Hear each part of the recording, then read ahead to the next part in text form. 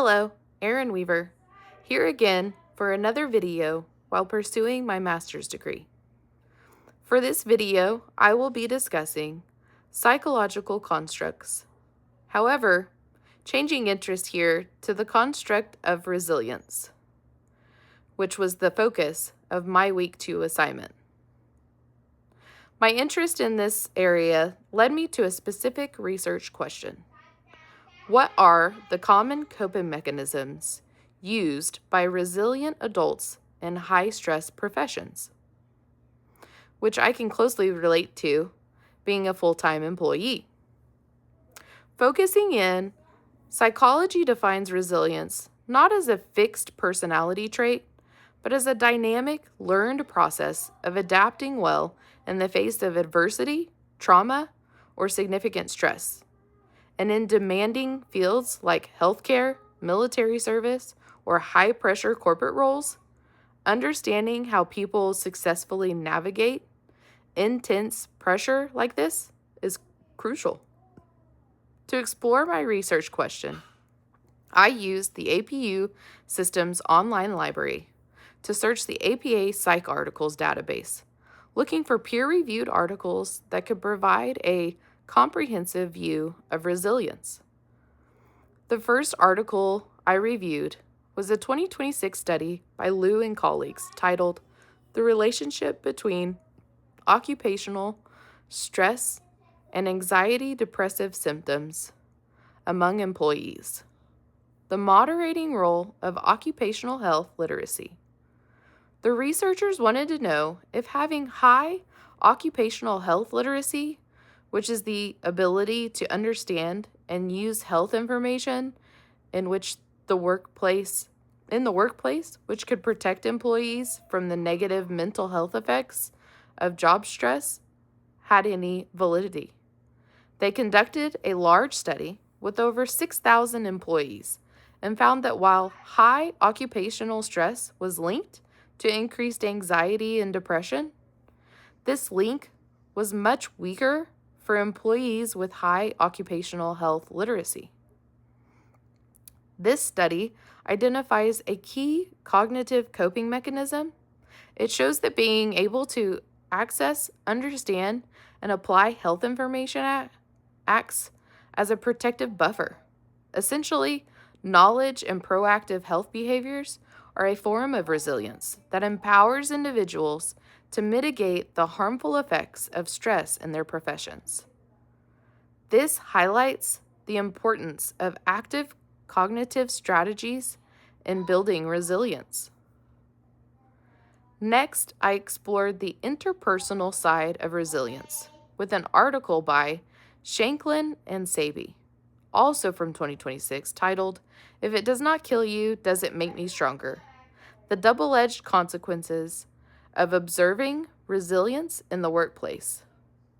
Which, being totally transparent, what drove me to this article was definitely the title.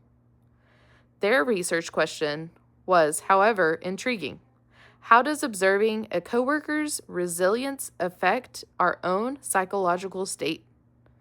Drawing on social comparison theory, the authors found that observing a resilient coworker can be a double-edged sword. On one hand, it consistently inspires us. However, the study's crucial finding was that perceived similarity to that coworker is key. When we see ourselves as similar to a resilient peer, we feel inspired without negative effects.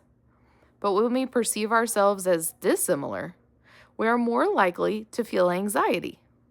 And this anxiety can then lead to a negative mindset about stress and even poorer performance. This study reveals that resilience isn't just an individual experience. It has powerful interpersonal dynamics. Its visible display in a high-stress environment isn't universally beneficial and can trigger threatening social comparisons in those who feel they can't relate. To fulfill the assignment's historical requirement, I selected a 1998 study by King and colleagues, resilience recovery factors in post-traumatic stress disorder among female and male Vietnam veterans. This article investigated how factors like hardiness, social support, and other life stressors mediated the relationship between war zone trauma and PTSD in Vietnam veterans.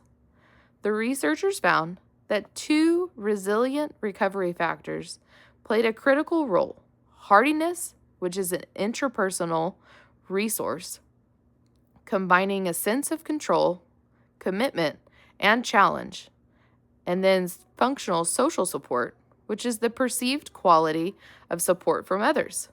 Veterans who scored higher in hardiness and had strong social support reported fewer PTSD symptoms. The study also showed that war zone stress depleted these personal resources, which in turn led to higher rates of PTSD. This foundational research from the 1990s conceptualized resilience primarily through stable traits like hardiness and the availability of external support structures.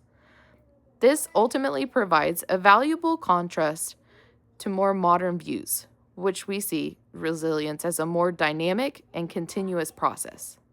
Concluding today's topic, my research into the psychological construct of resilience in high-stress professions reveals that it is a complex and multi-level construct. It's not a single trait, but an integration of cognitive, social, and interpersonal coping mechanisms.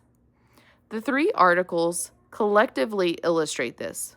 Liu and colleagues show the power of cognitive reframing through health literacy. Shanklin and Sabey highlight the critical interpersonal dynamics where observing resilience can either inspire or create anxiety. And the foundational work by King and colleagues demonstrates that interpersonal resources like hardiness and robust social support are essential mediators against trauma. Ultimately, these studies show an evolution in our understanding of resilience, from a static trait to a dynamic, continuous process of adaptation. For professionals in high-stress environments, resilience requires a combination of all these factors to foster healthier, more sustainable occupational environments. Thank you for your time today, allowing me the opportunity to share my research. Till next time.